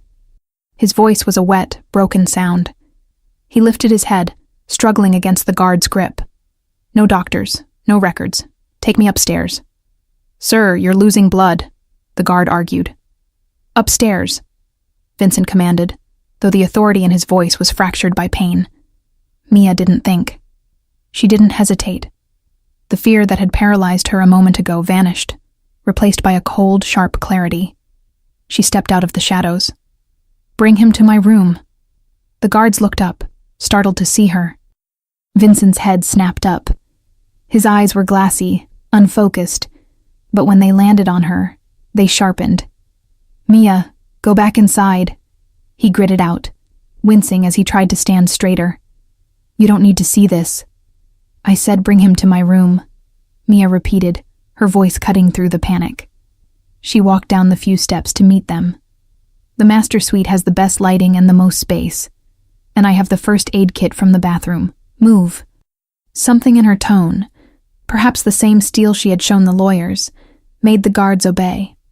They hauled Vincent up the grand staircase, leaving a trail of rainwater and droplets of blood on the black marble. Mia ran ahead, throwing open the double doors of her suite. She stripped the silk duvet off the bed to protect it, revealing the white sheets. "Put him down. Gently," she ordered. They lowered Vincent onto the edge of the bed. He groaned, a low, guttural sound that tore at Mia's chest. He slumped back against the pillows, his face gray, his lips nearly colorless. "Leave us," Vincent told the guards. "Boss!" "Out!" he roared, breathless. The guards retreated, closing the doors, leaving Mia alone with the wreckage of her husband. She approached the bed. Her hands were shaking, but she forced them to be steady. She wasn't a doctor, but she had patched up her father enough times after his drunken falls to know the basics of wound care. "You're an idiot," she whispered, her voice trembling. Vincent cracked one eye open. He tried to smirk, but it looked more like a grimace. "Nice to see. The sympathy is still intact." "Shut up," she said, reaching for the buttons of his shirt. His hand shot up, grabbing her wrist. His grip was weak, lacking its usual crushing strength. His skin was burning. "Fever." "Don't," he whispered. "You shouldn't. Touch this. It's dirty. It's bleeding," she interrupted softly, peeling his fingers off her wrist. "And you promised to protect me. You can't do that if you bleed out on my sheets." She undid the buttons. The fabric was stuck to his skin with drying blood. She hissed in sympathy as she peeled it away. The wound was a jagged slice across his ribs, not deep enough to hit an organ, but deep enough to be ugly. It looked like a knife wound, a close combat struggle. "Who did this?" she asked, her voice hollow as she grabbed the towels and the antiseptic from the bathroom kit she had retrieved. Vincent hissed as she pressed a warm, wet towel against the skin to clean the area. His abdominal muscles contracted violently under her touch. "The Russians," he gasped out, staring at the ceiling, his jaw clenched tight to keep from screaming. "They came for your father's debt. I convinced them it was settled." Mia froze. The towel in her hand turned red. He hadn't been out doing business. He had been out cleaning up her family's mess. He had taken a knife for a man he despised, just to keep the promise he made to her. "Why?" she whispered, tears pricking her eyes. She blinked them back furiously. "You didn't have to go yourself. You have men for this." "My men, in force."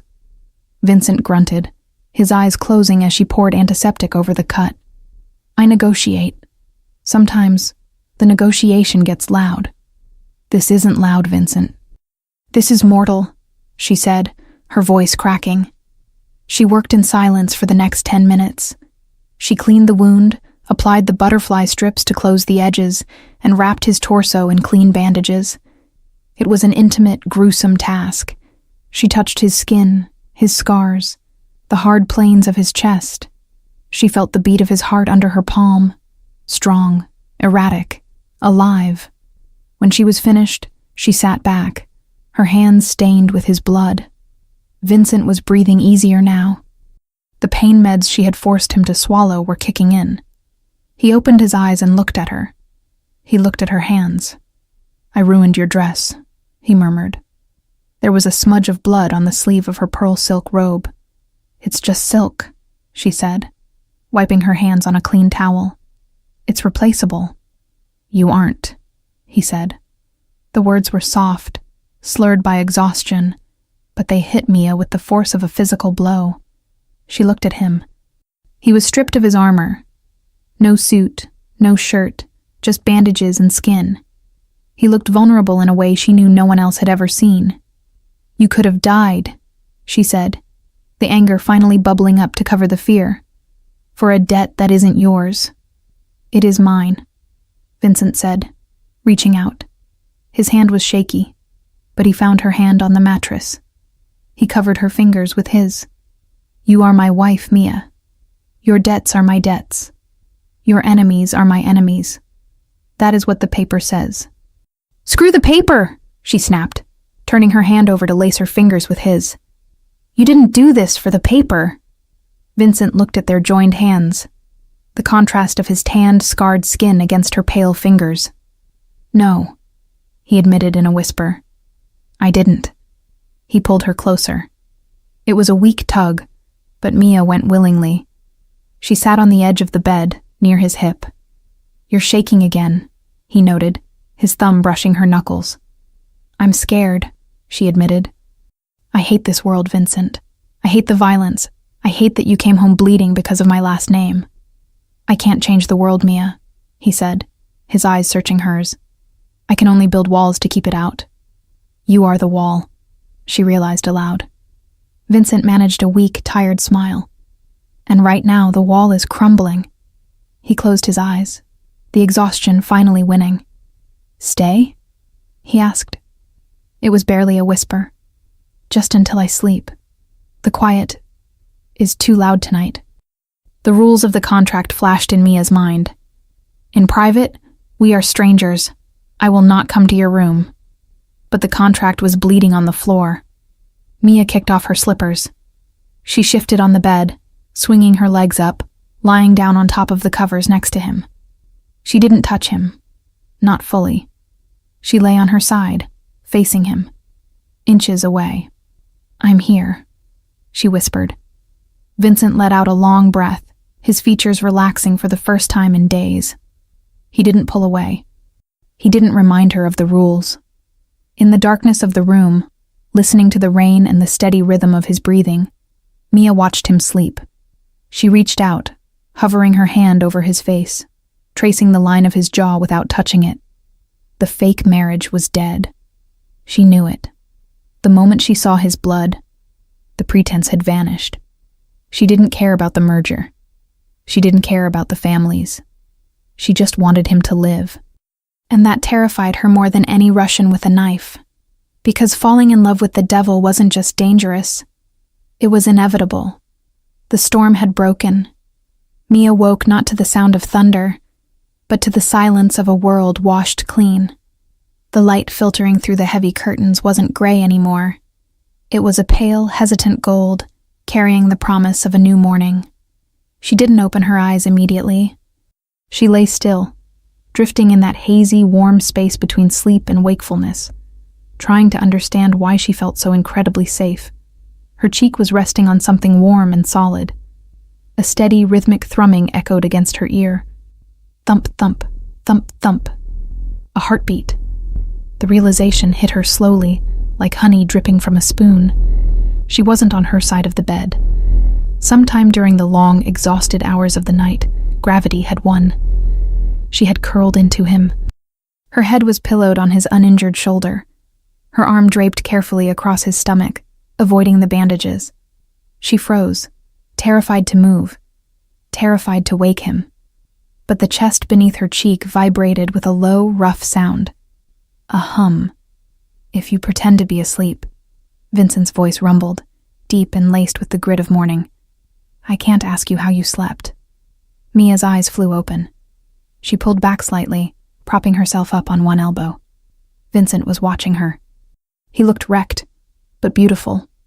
The bruises under his eyes were dark, and the stubble on his jaw was heavy, shadowing his face.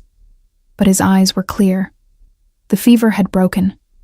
The glassy, pained look from the night before was gone, replaced by a calm, intense focus that pinned her to the mattress. I didn't mean to fall asleep," Mia stammered, acutely aware of how intimate the position was. "I was just checking your temperature and—" "Mia," he interrupted softly. He didn't move away. He didn't recite the rules. He lifted his hand, the one that wasn't bandaged, and reached out. His fingers brushed a strand of hair away from her face, tucking it behind her ear. His touch was slow, reverent.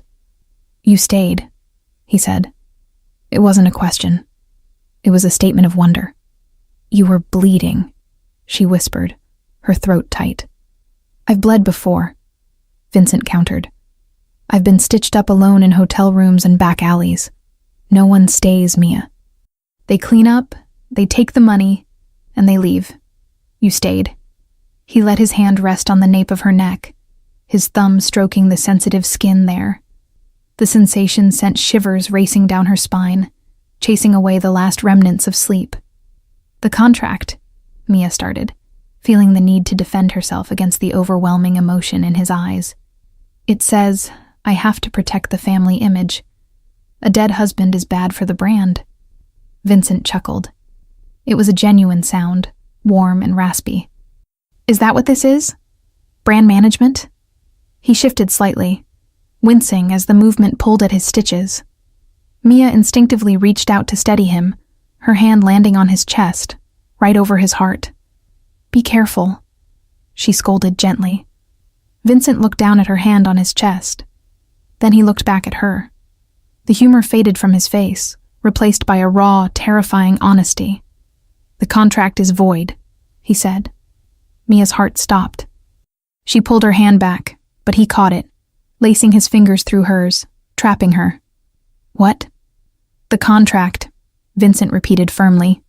"The rules, the distance, the strangers in private. It's all void. I'm tearing it up." Panic flared in Mia's chest. "You're sending me away? Because of last night? Vincent, I saved you." "I'm not sending you away, you foolish woman," he growled softly, pulling her hand to his lips. He kissed her knuckles, one by one, his eyes never leaving hers. "I'm telling you that I can't do it anymore. I can't pretend that you are just a business arrangement. I can't pretend that I don't want to burn the world down just to keep you safe." He released her hand and cupped her face with both hands now, framing her like a precious work of art. "I tried to keep you at a distance," he confessed, his voice rough with emotion. "I tried to keep you in the East Wing, behind locked doors, because I thought my darkness would consume you. But last night, when you looked at my blood and didn't run, when you stitched me up with those shaking hands—" He leaned in, his forehead resting against hers. They were breathing the same air now. "You didn't run from the monster, Mia. You nursed him." "Maybe I never saw a monster," Mia whispered, closing her eyes, absorbing his warmth. "Maybe I just saw a man who was lonely." Vincent let out a shuddering breath. "I am not lonely anymore." He pulled back just enough to look at her mouth. The air in the room charged with static. This wasn't the gala. There were no cameras, no lawyers, no fathers to impress. "Kiss me," he commanded. But there was no authority in it this time, only need. Real, no acting. Mia didn't hesitate. She bridged the small gap between them and pressed her lips to his. It wasn't tentative. It wasn't polite. It was in collision of souls. Vincent groaned low in his throat, his hand tangling in her hair, angling her head to deepen the kiss. His mouth was hot, demanding, tasting of sleep and desperation. Mia melted against him, careful of his wound, but careless with her heart. She wrapped her arms around his neck, pulling him closer. For the first time, there was no fear, no hesitation. The kiss was a seal, stronger than any wax, more binding than any ink. It was an admission of everything they had been denying since the elevator ride. When they finally broke apart, breathless and flushed, the sun had fully risen. The room was bathed in bright, unforgiving light, but there were no shadows left to hide in. Vincent rested his forehead against hers again, his breathing ragged. "So," he murmured, his thumb tracing her lower lip. What do we do now? The rival families will still hate us. The Russians are still out there. Let them come, Mia said, a fierce protectiveness rising in her chest. She looked at the man in her arms, the powerful Don who had surrendered to her. We have the warehouse deeds. We have the merger. And apparently, she smiled, a small, genuine curve of her lips. We have each other. Vincent smiled back. It was a smile that reached his eyes, transforming his face. Yes, we do. He shifted, wincing slightly, and reached for the nightstand drawer. What are you doing? She asked. He pulled out the black velvet box, the box from the car. You weren't wearing it, he said quietly. I left it off, she admitted. It felt like a shackle. Vincent opened the box. The diamond glittered in the sunlight. He took it out, but he didn't put it on her finger immediately. He held it up. It was a shackle, he agreed. It was a symbol of a debt, of ownership. He looked at her, his expression solemn. I am asking you now, Mia, not telling you. Asking. He took her left hand. Will you wear this? Not as a prisoner, not as a trophy, but as my partner? As the only person in the world who knows the truth. Mia looked at the ring. Then she looked at Vincent. She saw the scars on his chest, the blood on the bandages, and the love in his eyes. Yes, she whispered. Vincent slid the ring onto her finger. It felt different this time. It didn't feel cold. It felt warm, warmed by his touch. It felt like armor. He kissed her hand, then pulled her down into the pillows beside him. Stay, he murmured, closing his eyes, the exhaustion of the injury finally catching up to him again. Just a little longer. I'm not going anywhere, Vincent, Mia promised, resting her head on his shoulder, listening to the steady, strong beat of his heart. I'm exactly where I'm supposed to be. Outside, the city of New York woke up to its chaos, its noise and its wars. But inside the high tower of the Blackwood estate, in the quiet of the morning, the war was over. The contract had burned to ash, and from the ashes, something real had finally risen.